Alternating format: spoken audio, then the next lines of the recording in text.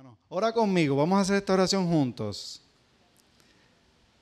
Señor, yo quiero que tú seas mi papá. Amén. Eso es. Y me gustaría, en concierto y como un acuerdo con la pastora, pero antes de eso, esa imagen que tú ves ahí, puedes pasar a la próxima, Joel. Bueno, perdón, yo lo paso. Ok. Ahí se ve un poquito más agrandado, no sé cómo se ve ahí. Sí, no se ve tan bien, pero se supone que, te la voy a pasar para atrás. Mira la imagen de un hombre grande, obviamente es una representación del Padre y el Hijo, pero cuando lo miras más de cerca, vas a ver que el Padre pues tiene unos agujeros y el Hijo está completo. So, un poquito lo que está diciendo, y esa es mi interpretación de esta imagen, es que el Hijo lo completa el Padre. Amén. Pasa que a veces nosotros no le damos ese espacio al Padre para que nos complete a nosotros, para que nos haga verdaderamente hijos. Hay otra imagen que no está aquí, pero que ahorita la estaba viendo con Wilfred, y es una imagen donde que este mismo artista que hace este rendering de estas imágenes, él tiene a la madre y al padre, y entonces esa es la madre de un color y el padre de un color, y el hijo tiene una mezcla de los dos. Sí. Y nada, es una nota curiosa que ilustra. El arte es maravilloso. Y el arte es una creación del Señor mismo, en todas sus expresiones. A mí me gustaría aprovechar la oportunidad de que hoy es el Día de los Padres, y me gustaría, o por lo menos el día que se celebra a los padres, aquí tengo a mi madre felicitándome por texto, aunque la voy a ver ahorita, pero me gustaría orar por los padres de la casa. Me gustaría que los padres que están aquí tengan una bendición especial particular para ustedes. Yo sé que la pastora, como siempre, tuvo ese detalle de bendecirlos, etcétera, pero me gustaría que se pusieran de pie los padres en toda la iglesia. Y me gustaría que esta oración, esta declaración que voy a hacer, la escribí, la voy a declarar sobre ustedes, pero me gustaría que mientras yo hago esto, te des la oportunidad de tener una actitud de recibirla. ¿Te parece bien eso? Si eso para ti significa cerrar los ojos, que lo cierra. Lo que significa para ti, si significa para ti levantar los brazos, levanta los brazos. Si eso significa, ¿verdad? De manera figurativa, extender los brazos como recibiendo algo, hazlo. Y te digo en esta mañana lo siguiente: te bendigo por ser un hombre que le da el primer lugar a Dios en todo.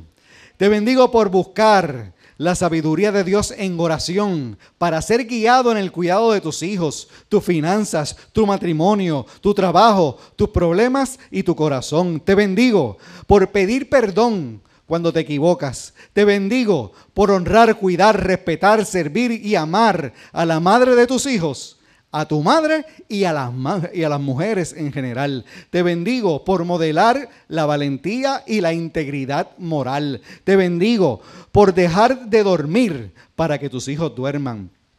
Te bendigo por poner tus sueños en pausa o descartarlos por completo para ayudar a tus hijos a cumplir los suyos. Te bendigo por no hacer alarde de los sacrificios, de tus sacrificios y servicio a tus hijos, sino que lo haces por ellos y lo disfrutas. Te bendigo por sembrar tantas cosas en la vida de tus hijos y vivir en el temor del Señor, porque escrito está: qué feliz el que teme al Señor, todo el que sigue sus caminos. Gozarás del fruto de tu trabajo. Qué feliz y próspero serás. Tu esposa será como una vid fructífera, floreciente en el hogar. Tus hijos serán como vigorosos retoños de olivo alrededor de tu mesa. Esa es la bendición del Señor para los que le temen. Bendecido, Padre. Y quiero incluir también a los abuelos que están por ahí, que también son mucha bendición. Yo soy el fruto de la bendición de un abuelo y de un excelente padre. Mira, lamentablemente, cuando tenemos este tipo de compartir sobre el padre, hay que hablar de unas estadísticas que son muy tristes, que son muy alarmantes, y lo peor de todo es que están en crecimiento. Yo te voy a repasar algunas de las cosas y luego te voy a decir de dónde saqué esto, por si después tú lo quieres mirar o lo que sea. Y dice que cuando hay ausencia del padre terrenal, en el hogar hay un riesgo de pobreza 4 veces mayor. Hay mayor probabilidad de tener problemas de conducta en el hijo. Riesgo en los hijos, que eso incluye varones y hembras. Niños y niñas, riesgo de mortalidad infantil 2 veces mayor, mayor probabilidad de ir a la cárcel, mayor probabilidad de cometer delitos, mayor probabilidad de quedar embarazadas en la adolescencia es 7 veces mayor, mayor probabilidad de enfrentarse al abuso. Me fui... Eso, mayor probabilidad de abusar de las drogas y el alcohol, riesgo de sufrir de obesidad 2 veces mayor, probabilidad de abandonar la escuela 2 veces mayor. Las 4 áreas que típicamente afectan más a un hijo es el logro educativo, la salud mental, la formación y estabilidad de relaciones y el éxito en la fuerza laboral.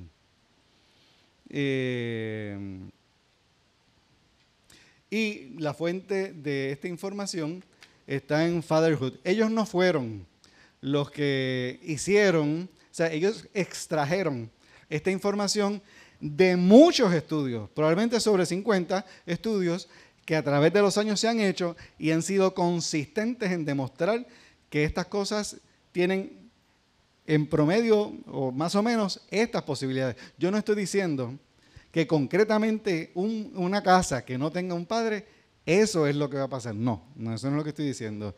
Lo que estoy diciendo es que hay unas estadísticas de que esas cosas se pueden dar. Y definitivamente ha habido una pérdida en lo que es el padre presente en el hogar. Y estamos haciendo todos los esfuerzos como iglesia y como cristianos en que esas estadísticas cambien. Primero empezando nosotros como padres cristianos en ser ese padre que nuestros hijos necesitan. Ese padre a quien Dios les regaló un hijo, porque la Escritura dice que es bendición, que los hijos son bendición. Entonces, ¿qué sucede?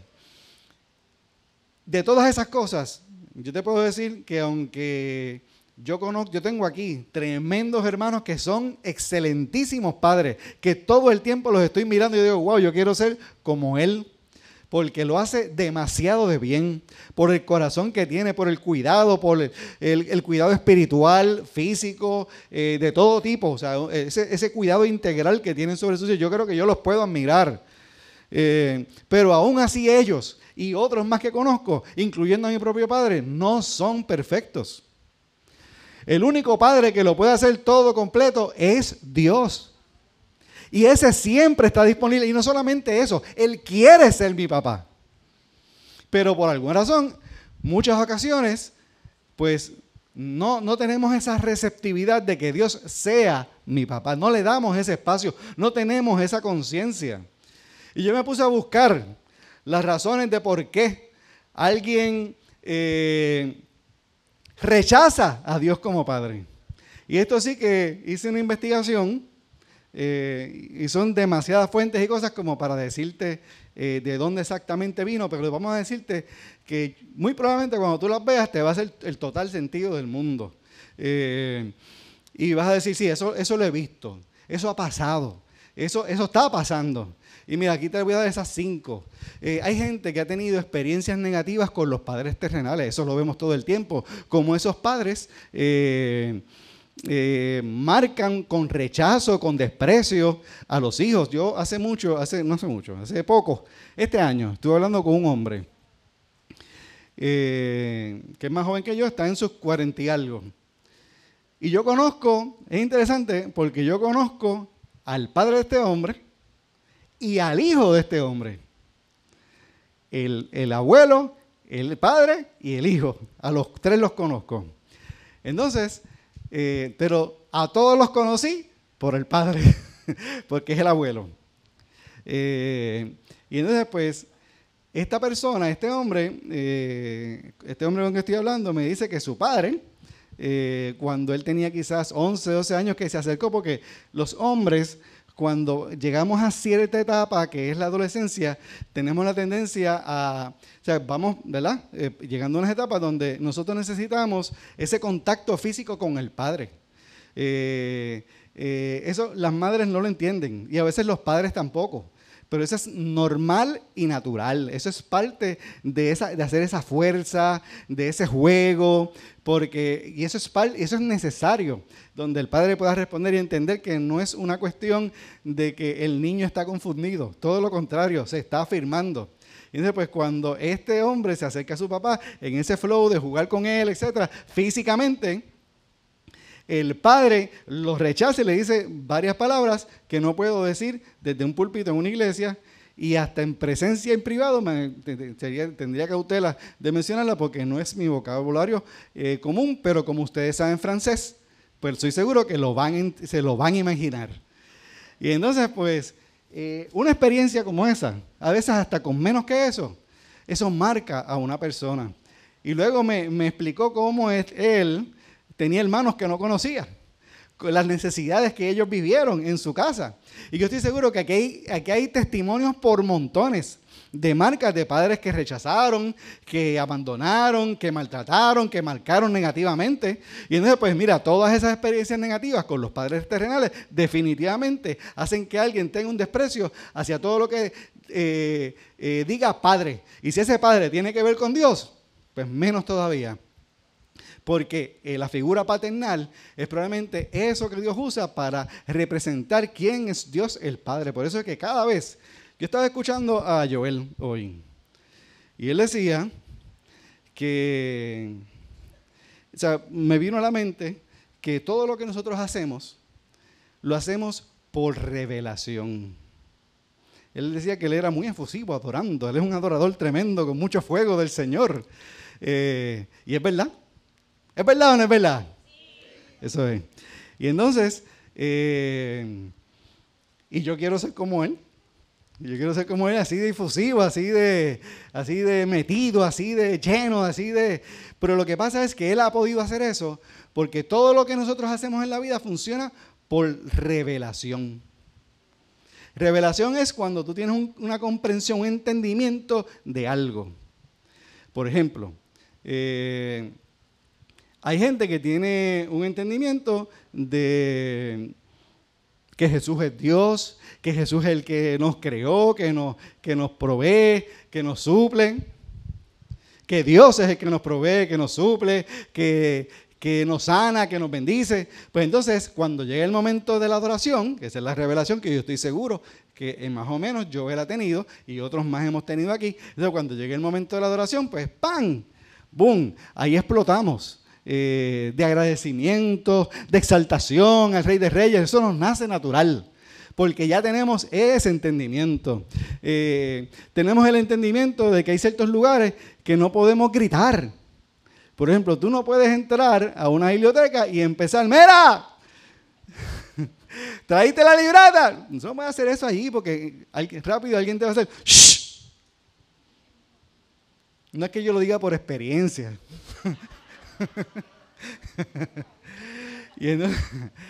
Pero esas cosas suceden en las bibliotecas, porque ahí tienen que hacer silencio, la gente está estudiando, etcétera.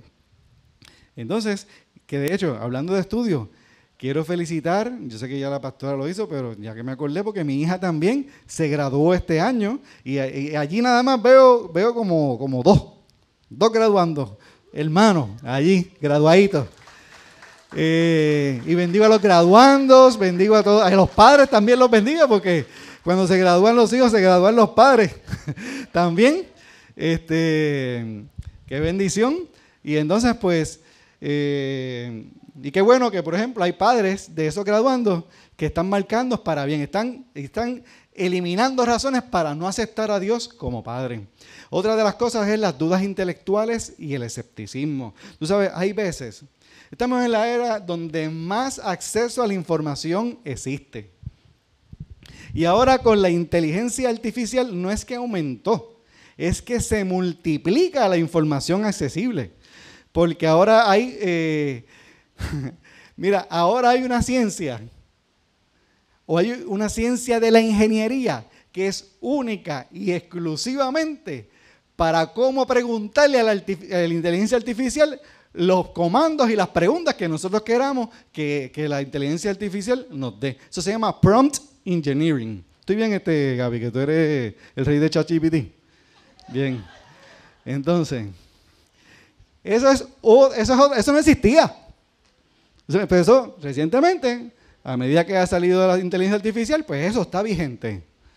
O sea, la información es demasiada, tú sabes, uno no puede. Entonces, si tú eres una persona como yo, que tengo esta única hambre y sed de conocimiento en ocasiones, pues llega el momento en que me abrumo. Yo digo, pero es que, ¿sabes? Para, Ismael, y reprendo al demonio ese de querer saber, tener tanta información en la cabeza. Entonces, hay tanta información, entonces, pues, si tú buscas en Google por qué Dios no es Dios, pues lo vas a encontrar. Porque siempre hay alguien que levante un argumento, que levante una explicación, que cuando lo vamos a mirar, que no me voy a meter ahora aquí en el terreno de la apologética ni nada de eso, pero cuando lo vamos a mirar al fin del día, es más difícil creer que no, que sí. Es más difícil creer que no hay Dios, que hay Dios. O sea, que la misma sensatez y el mismo intelecto te dice, te estás contradiciendo. Al punto de que yo escuché unos unos ateos, que dijeron, mira, los ateos ya no existen, porque es que ese argumento de que Dios no existe no se sostiene. Te estoy hablando de gente que son los presidentes y los directores de los clubes de ateos y de las asociaciones de ateos. Y ya ellos llegaron a ese comité, ahora son agnósticos, que eso es otra cosa. Pero nada, el punto es que muchas veces ese escepticismo es muy fuerte y les roba a Dios la verdad. Mira, cuando ahí estamos hablando del intelecto y del escepticismo. El escepticismo siempre tiene una base. Tiene una base en el conocimiento probablemente o en alguna teoría de conocimiento. ¿Cuál era el nombre del árbol que más le atrajo a Adán y Eva? ¿Cómo se llama ese árbol?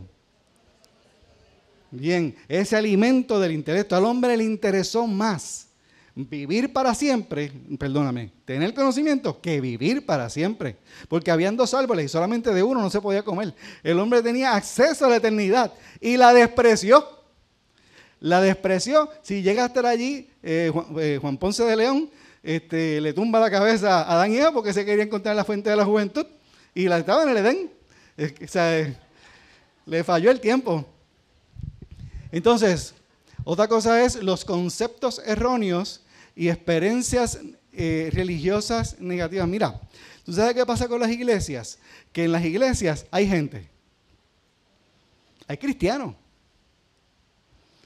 pero son gente y la gente es imperfecta y a veces se ofenden y pasan cosas y los pastores y los líderes no son perfectos, son gente humana que comete errores también. Yo tengo una lista que no cabe en el hard disk de esta computadora de errores que he cometido en la iglesia. Y si tengo la oportunidad de que la pastora me vea en esa dinámica, pues en algún momento, mira Ismael, ¿tú te acuerdas que tú?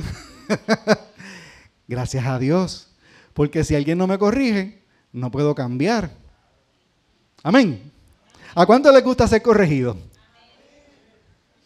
Está bien.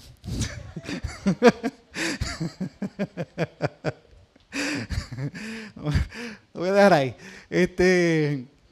Decepciones personales y oraciones sin respuesta. Mira qué pasa. Hay veces que en nuestra vida pasan cosas, a veces inesperadas, a veces que ya se veían venir.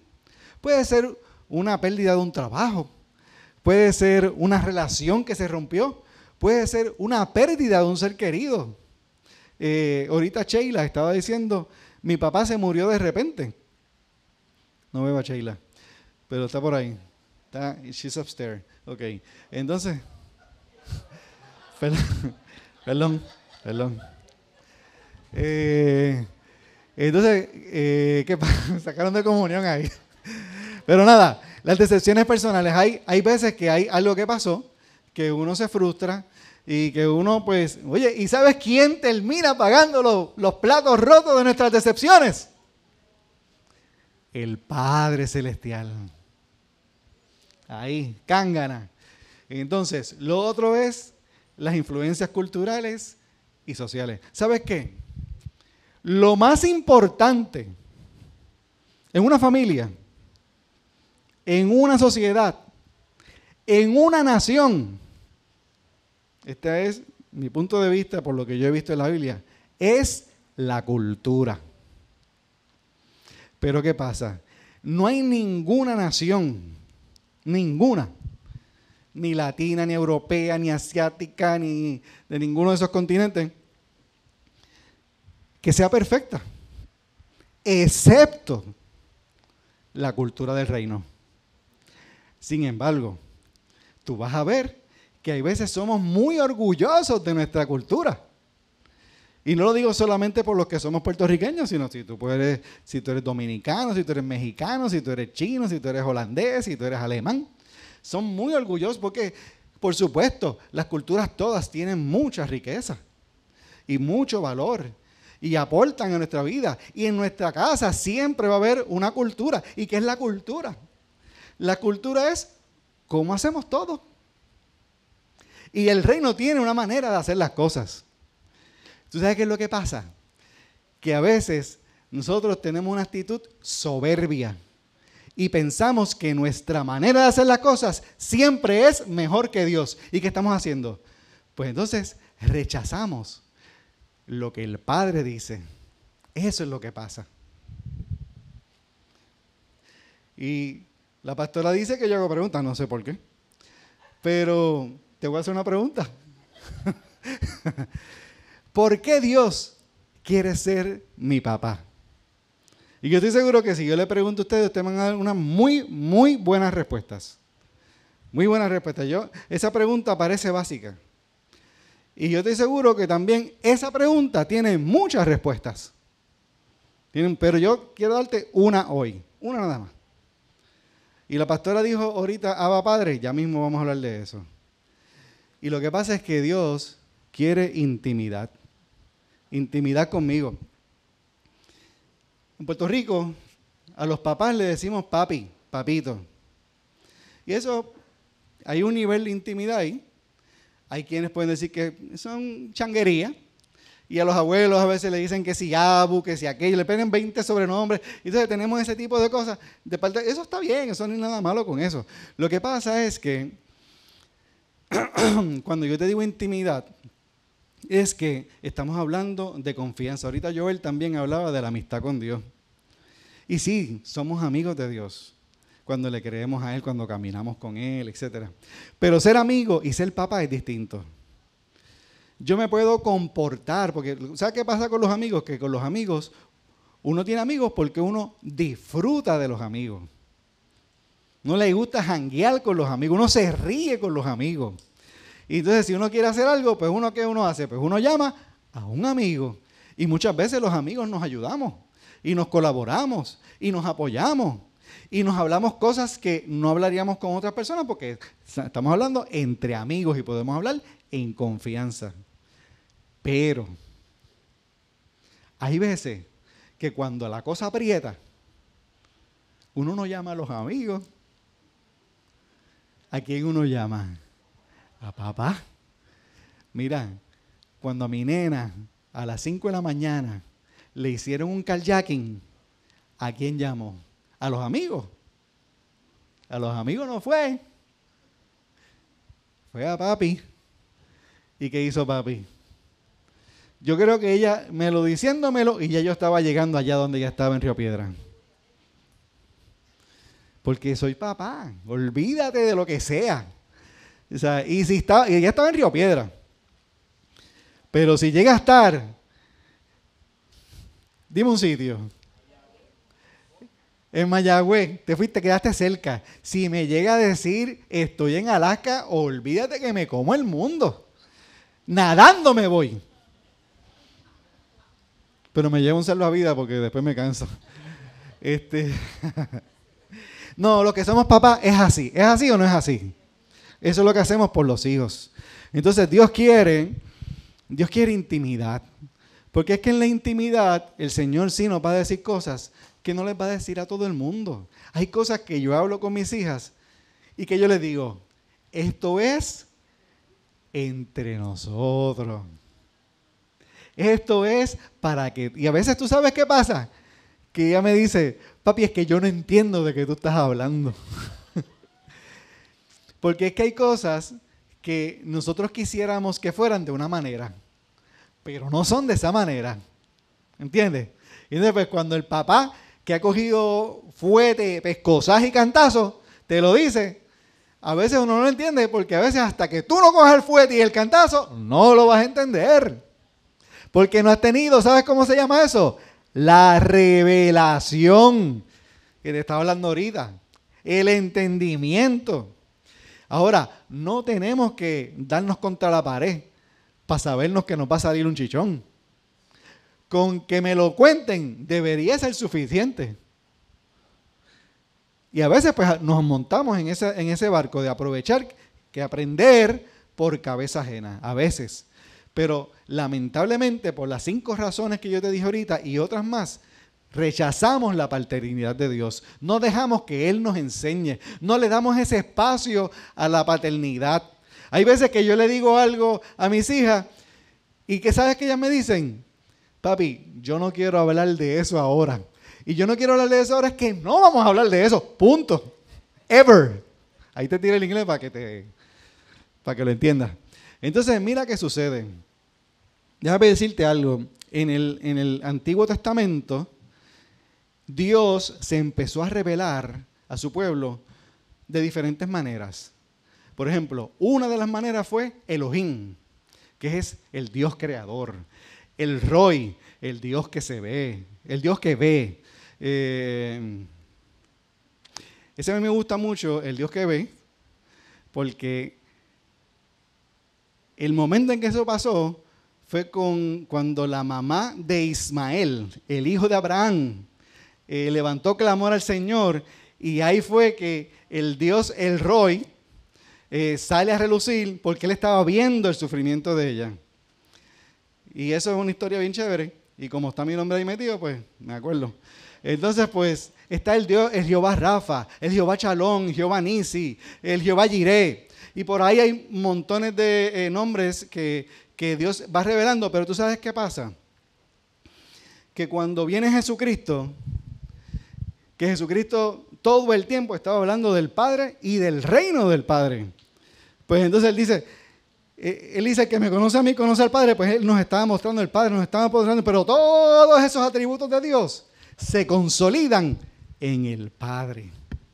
En ese Jehová Elohim, el Roy, el Rafa, Shalom, Nisi, todos están en el Padre ahí. Entonces, ¿qué pasa? Cuando nosotros nos conectamos con el Padre, nos conectamos a todo eso tenemos intimidad y acceso a todo eso que es Dios. Si no tenemos intimidad con Dios, nos perdemos el favor, nos perdemos la sanidad, nos perdemos el Dios que ve. O sea, nos perdemos toda la manifestación plena de Dios. Hay una pérdida demasiado grande. Probablemente esa es la pérdida mayor que un ser humano pueda tener.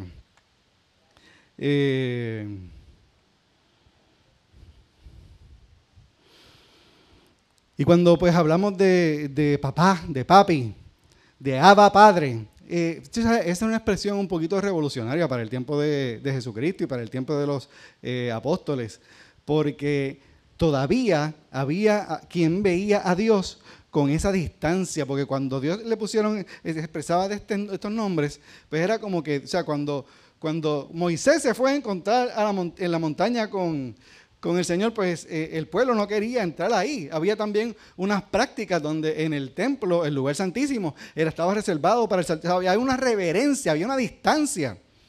Entonces Jesucristo, a través de Jesucristo y su sacrificio de la cruz, pues entonces eso empezó a romperse y a crear una confianza. Jesucristo empezó a mostrarle de una manera práctica al pueblo: nosotros tenemos acceso al Padre, Él es tu Padre, lo puedes ver como un Padre, al punto que le puedes decir: Abba, Padre, papito, papá.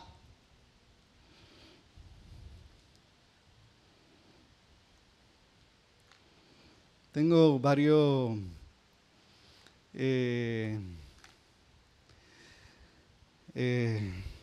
dispositivos aquí puestos, y quiero decirles algo.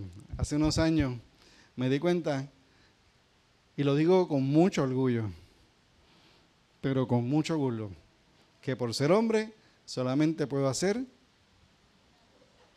y tú sabes, y sin ajorar.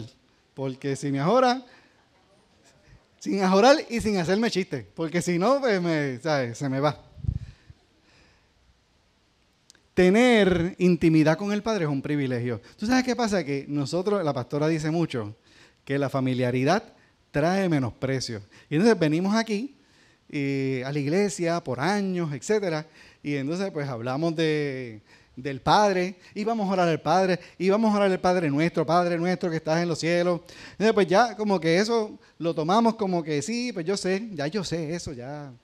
¿Sabes? Entonces ya estamos familiarizados con eso, y no representa como algo grande, pero lo es un privilegio, porque es que el trabajo del enemigo, el trabajo principal del enemigo, es robarnos la confianza, la cercanía, la intimidad con el Padre. Ese es el trabajo principal. Y lo hace por todas las maneras habidas y por haber. Desde todo lo que sale por los medios, pero también, ¿cómo se llama esto? Lo que es las películas, la música, la moda. Eso tiene un nombre que lo agrupa todo, pero se me fue de la mente ahora. ¿Cómo? ¿Alguien dijo algo? Y entonces, a mí me gusta de Jesús que Jesús experimentó unas cosas y involucró al Padre en esas cosas. Ahí hubo un momento en el que Jesús ya estaba cerca de que se lo llevaran, lo crucificaran y lo arrestaran y todo eso. Y Jesús fue a un lugar que se llamaba Getsemaní. Getsemaní era un pequeño huerto que estaba dentro de un sitio donde se cultivaba olivo. Habían árboles de olivo. Y entonces, pues, Getsemaní, de lo que estuve mirando, hay quien lo puede describir como un lugar de prensa. Porque tú sabes que la aceituna, una de sus funciones principales es proveer aceite. Entonces, para que pueda salir aceite, tiene que haber ese apretar, esa prensa. Y entonces, pues, ahí donde estaba Jesucristo, aunque Él iba ahí con frecuencia, con los discípulos, porque allí era un sitio, ¿verdad?, bastante íntimo, entre amigos, pero todo lo que estaban entre amigos, pero todo lo que Jesús estaba haciendo era mostrándoles a los discípulos a su Padre, a través de Él. Y entonces, pues, en ese momento, Jesucristo, mira como dice aquí en esta escritura, que Jesús comenzó a sentir temor y tristeza. Y un poquito más adelante dice: es tal la angustia que me invade que me siento morir. Esas fueron las palabras de Jesús.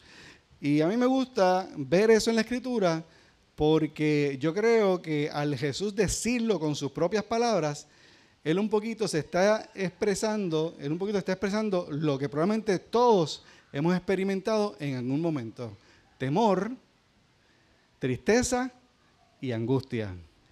Temor, tristeza y angustia. Entonces, y estas cosas a mí me gusta como que un poquito desmenuzarlas, porque cuando hablamos de temor, el temor muchas veces tiene diferentes sabores, como Baskin Robbins.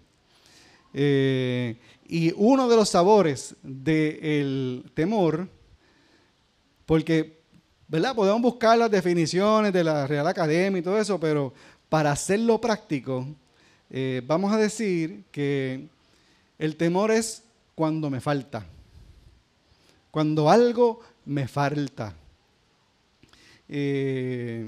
Porque cuando algo me falta, me empiezo a hacer como que unas preguntas. ¿Podré hacerlo? Me crece como que esta única incertidumbre de lo que va a pasar, de lo que va a venir. Mira, cuando Larisa, mi esposa, estaba embarazada de mi hija Andrea, hija mayor Andrea, yo tenía 21 años cuando me casé, 22 cuando nació Andrea. Eso yo no sabía ni limpiarme los oídos. Sí. Ni eso yo sabía hacer. Y entonces, ¿qué pasa? Cuando ¿sabes que cuando uno está en Puerto Rico como que la gente entiende las cosas de otra manera? No sé por qué. Pues entonces, ¿qué pasa? Que cuando estaba pasando eso, una cosa que a mí me pasó era que yo tenía muchas pesadillas, que me iban a matar, que un monstruo estaba detrás de mí, que estaba guiando un carro y el freno no me respondía y no paraba, que guiaba el carro en reversa y entonces nada funcionaba y como que yo le estaba tratando de dar freno y la pierna como que... Y eso suena gracioso, ¿verdad? Pero era la respuesta a mi temor, a mi incertidumbre. Yo podré ser ese padre, que esa nena que van a ser y que yo voy a hacer cuando se enferme. ¿Y qué yo voy a hacer cuando se despierte por la noche? Porque yo necesito dormir toda la noche para poderme levantar al otro día a trabajar. ¿Y cómo yo la voy a... ¿Y cómo va a ser cuando vaya a la escuela? ¿Qué escuela la voy a llevar? ¿Tendré yo los chavos para pagar la escuela? Y para comprarle el uniforme y las meriendas. Y son cosas que, ¿verdad? Son las cosas que se hacen. Pero yo estaba bregando con mis temores. Y entonces mis temores se reflejaban a través de mi descanso. Era una de las maneras. Y entonces pues yo tenía pesadillas y pesadillas y pesadillas. ¿Alguien quiere saber cuándo se me acabaron las pesadillas? Ya ustedes saben, ¿verdad? Sí, las pesadillas se me fueron cuando tuve ese encuentro con el Señor. Y entonces mira qué pasa. Hay veces que pasamos por una situación difícil y entonces viene el temor o estamos por enfrentar hay algo que está por pasar. Pasa mucho en los huracanes. Cuando viene un huracán, tendré gasolina para la planta, tendré suficiente comida, se me romperá la casa, habrá aquí una catástrofe, se pondrá esto peor, temblará la tierra.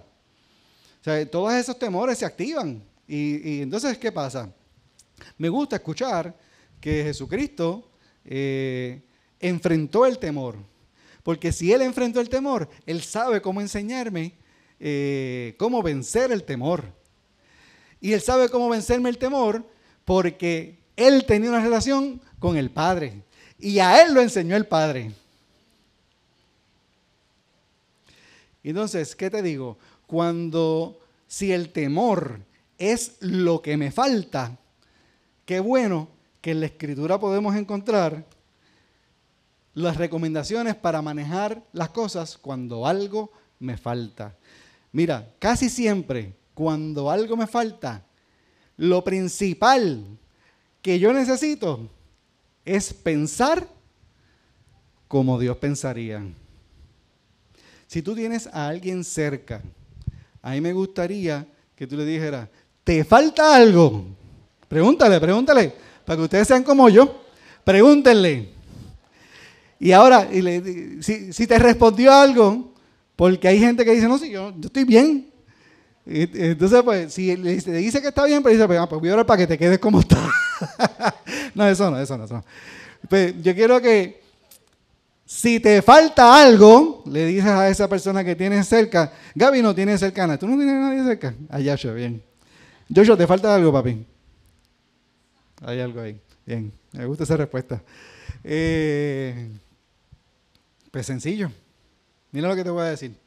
Si te falta algo. Pídesela a Dios. ¿Ya?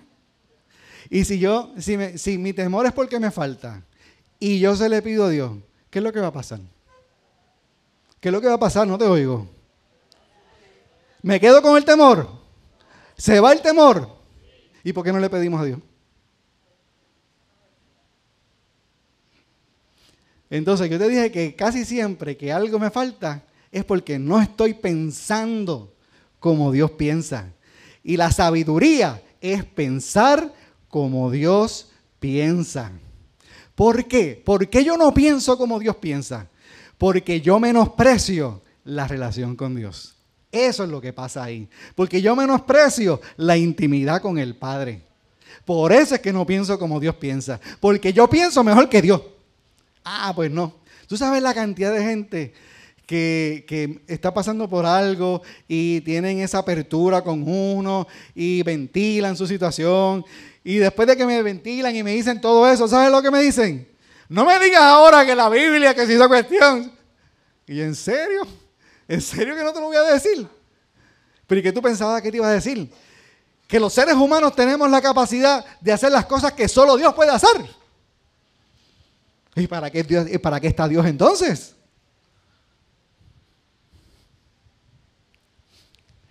¡Qué silencio!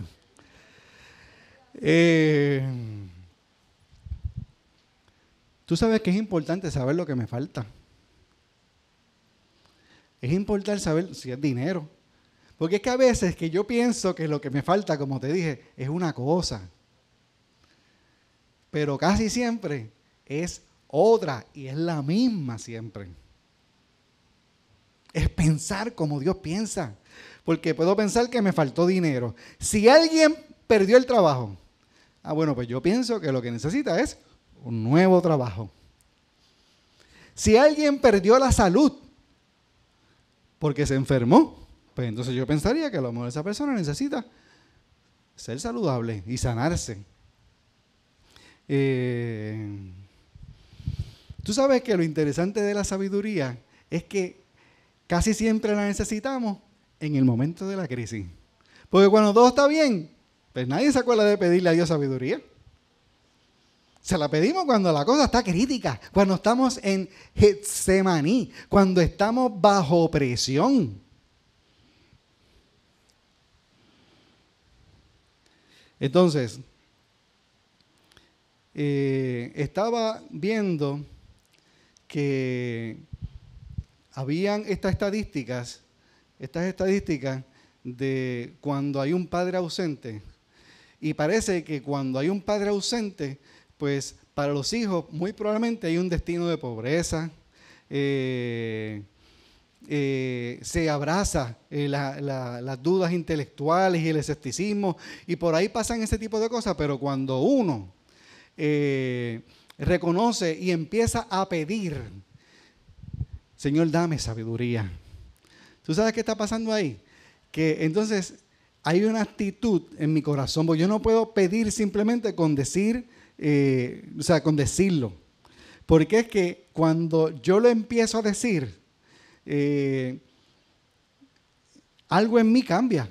Porque la Escritura dice que porque creí, hablé.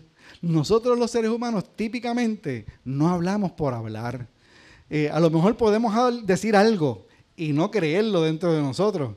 Pero entonces, dentro de nosotros hay una guerra.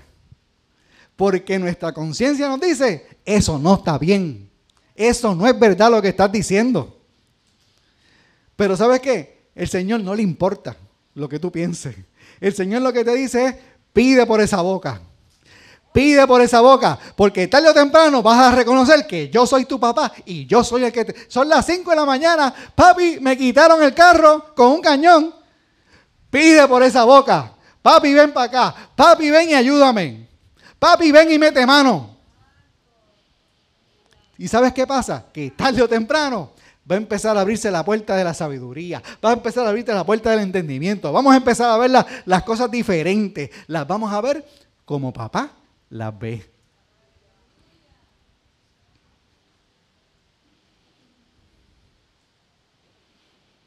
Eso no está ahí en la presentación, Pero en ese mismo libro de Santiago, ¿sabes qué?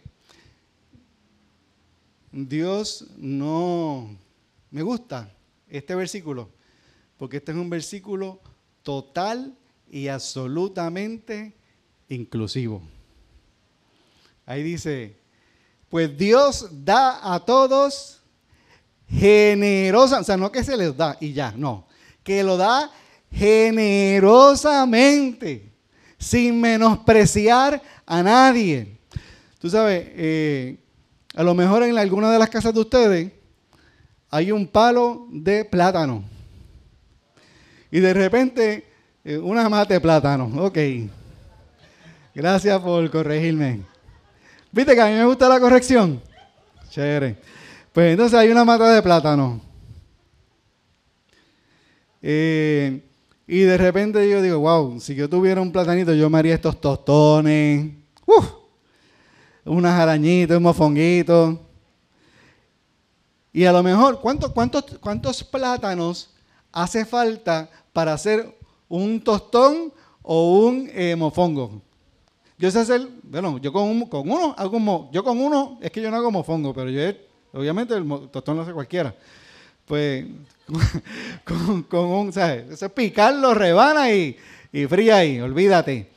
Pero ¿cuánto hace falta para hacer con uno me da para hacer un mofongo?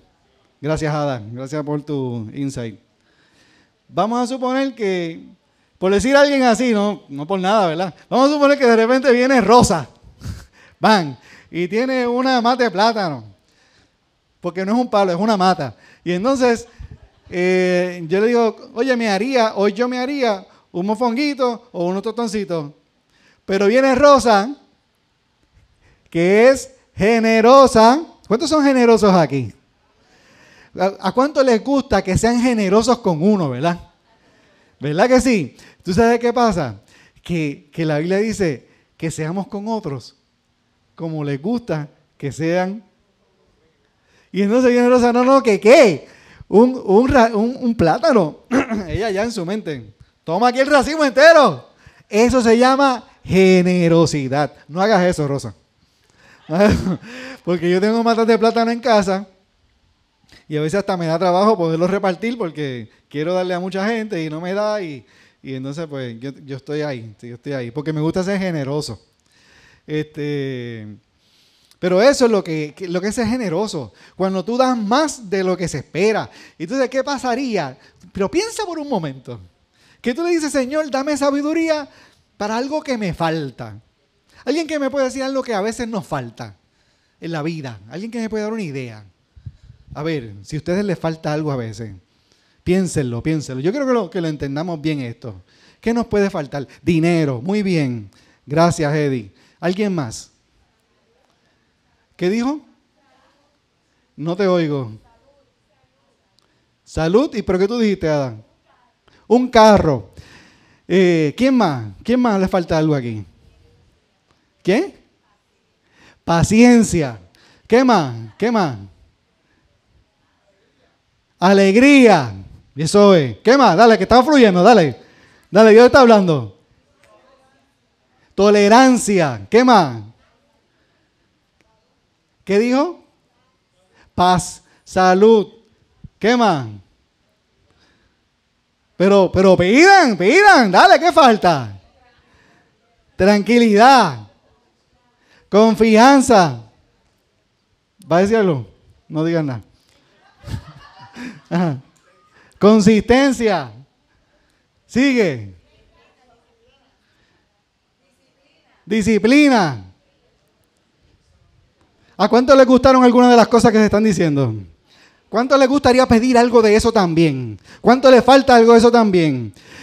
Pero ¿qué pasaría si yo entonces veniera delante de la presencia? Porque él dice ahí, pídanle. Y dice, pídanle, ahí no hay exclusión. A mí me da un poquito de coraje algunas personas que como que se quieren hacer los más humildes. Y digo los más humildes porque es realmente una falsa humildad. Dios quiere que le pidas. No porque esto es un culto a la prosperidad, no.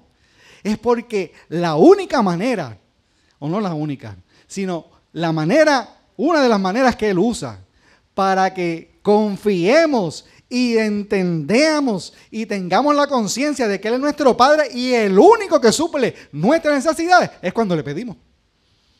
Esto es lo que yo necesito, tú eres el que me lo puede dar. Que si hay cosas que nos van a tocar hacer nosotros, sí. Pero en el camino yo te garantizo que tú vas a ver la provisión generosa y celestial del Señor. Aquí hay gente que están diciendo necesito salud, necesito carro, necesito finanzas. Mira, a lo mejor necesito finanzas para cosas que son para la misma salud, para un tratamiento. Necesito finanzas para ayudar a gente, a un hijo, a una hermana, a un vecino. ¿Vamos a pedir o no vamos a pedir? Porque le estamos pidiendo a papá. Tú sabes que una cosa que yo he visto en mis hijas es que ellas no tienen ningún tipo de reparo en pedirme cosas. Y eso me gusta y me disgusta. Pero a Dios solamente le gusta. Porque hay algo que Dios hace que yo todavía estoy trabajando.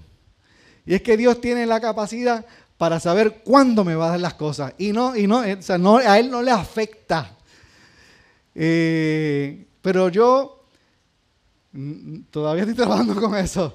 Porque a veces yo digo, pero si ellas entendieran. Si ellas entendieran. Pero Dios no tiene problema. Él no tiene ese problema. Por eso es que es mi papá. Entonces, ya estoy terminando. La tristeza y la angustia. Mira, la tristeza y la angustia, eso se presenta en la vida como si fuera un golpetazo, un fuetazo. Yo no sé si a ustedes les ha pasado, bueno, tiene que haber pasado muchas veces, en que uno se da un golpe. ¡Pam! Pero entonces no es el dolor del momento, es el dolor que se queda. Por ejemplo, cuando Chewie tuvo la caída, yo no pensé tanto en el dolor del momento. Cuando empezaron a hablar de cosas que se rompían dentro de su cuerpo, yo pensaba en el dolor que se quedaba. Cuando Ivette tuvo la caída, lo que más fuerte no fue lo que pasó allí, fue lo que se quedó por ahí para abajo. ¿Cierto o falso, Ivette? Y entonces hay veces que tenemos experiencias que eso que se queda nos marca bien fuerte. Y dice la Escritura que Dios estaba triste y angustiado, que Jesús estaba triste y angustiado. Y cuando uno está triste, una de las cosas que a veces hacemos es que nos alejamos, nos distanciamos, no queremos hablar con nadie, no queremos comunicarnos con nadie, no queremos que nadie nos diga ni queremos decirle nada a nadie. Eso, por alguna razón, hacemos eso. Sin embargo, eso no fue lo que Jesús hizo. Fíjate que Jesús hizo todo lo contrario. Él dijo, se llevó a Pedro, a Jacobo y a Juan, pero los otros no estaban muy lejos. Tampoco. O sea, se llevó a esos tres, pero entonces, ¿qué sucede? Hay veces que pasamos por una situación que nos causa tristeza y nos alejamos del primero que nos alejamos. ¿De quién es? De Dios, de papá. Y qué bueno que hay veces que Dios provee gente alrededor de nosotros que tienen conciencia de hijo. Y sabes que a veces nos conviene acercarnos a esa gente. Acercarnos a la casa del Señor. El salmista decía, cuán bueno y cuán delicioso es habitar los hermanos juntos en armonía. Y también en otra parte decía que me alegraré y me regocijaré.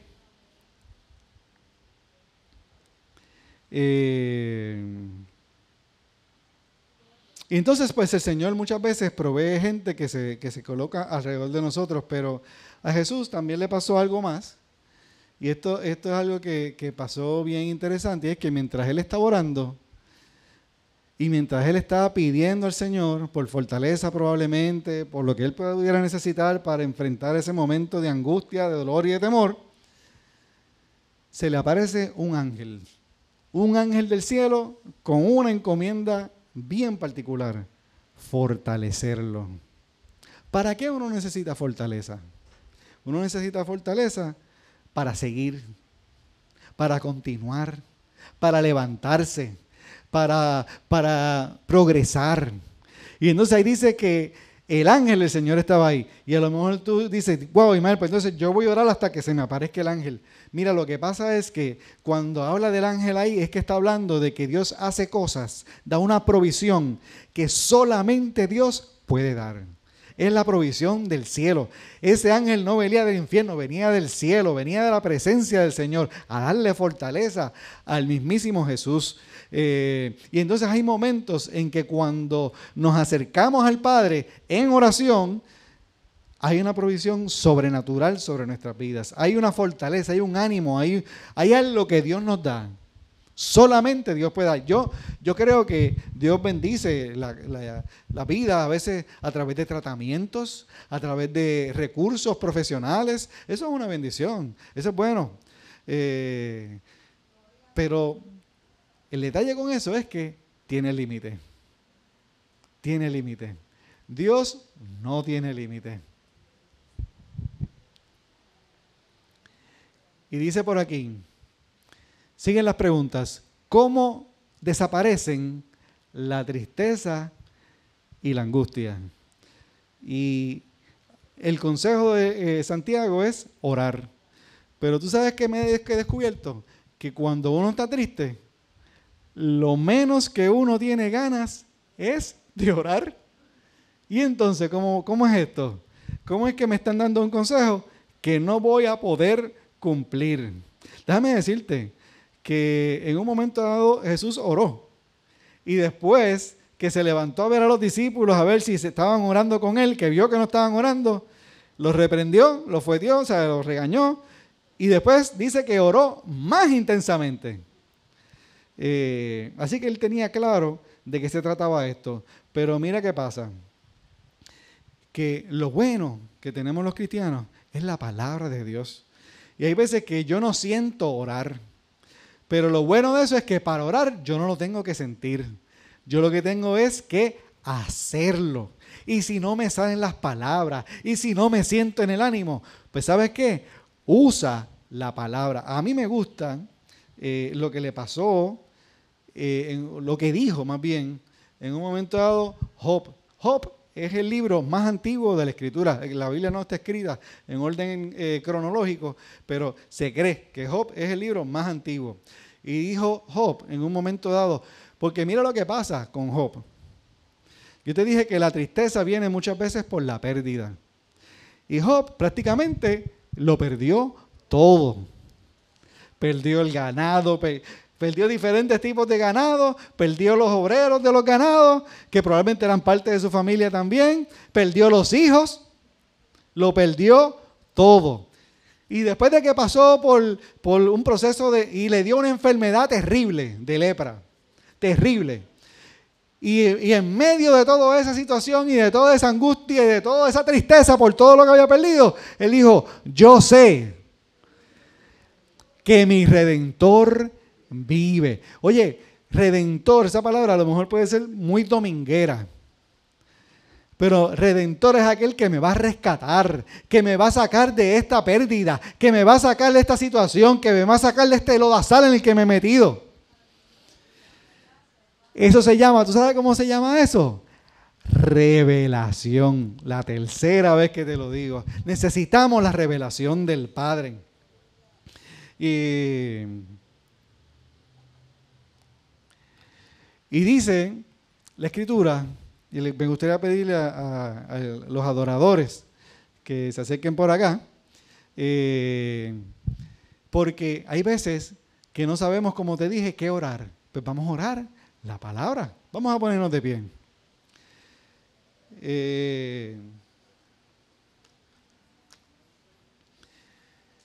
Y entonces quisiera hacer un pequeño ejercicio ya para cerrar, y es el de orar la palabra.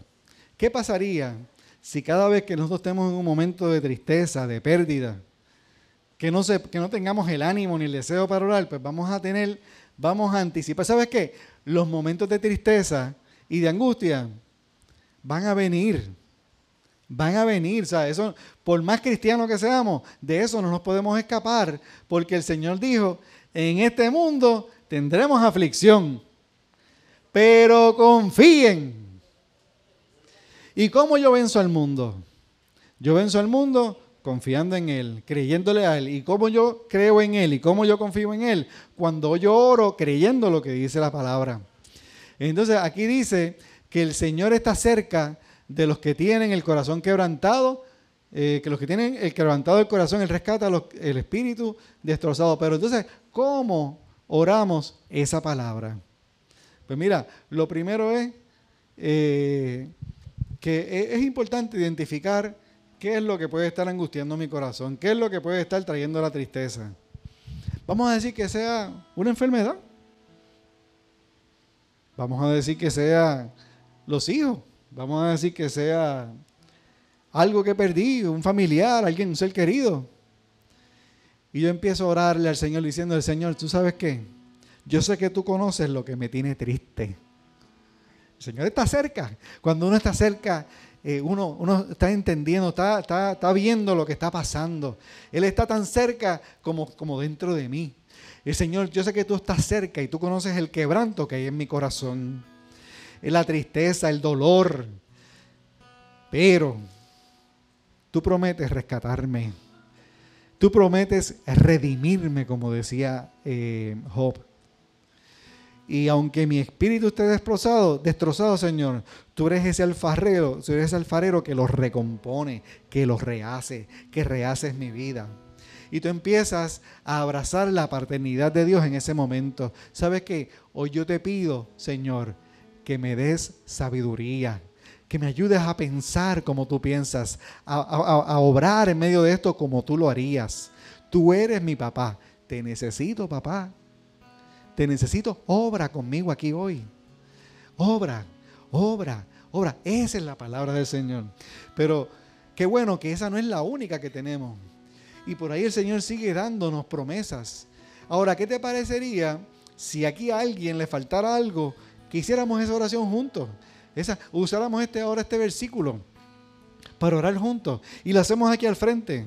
Si a alguien le falta algo, vamos a orar. Y ¿sabes qué? Yo le tengo una noticia a los que se están conectando con nosotros por las redes sociales. Quiero decirte que si te falta algo, mira la palabra de Dios. Mira lo que está escrito. Porque hay vida ahí. Ahí vas a encontrar al Padre. El Padre que siempre da generosamente, abundantemente, para cubrir lo que sea que te esté faltando. Te bendigo y que la bendición del Padre Celestial esté contigo.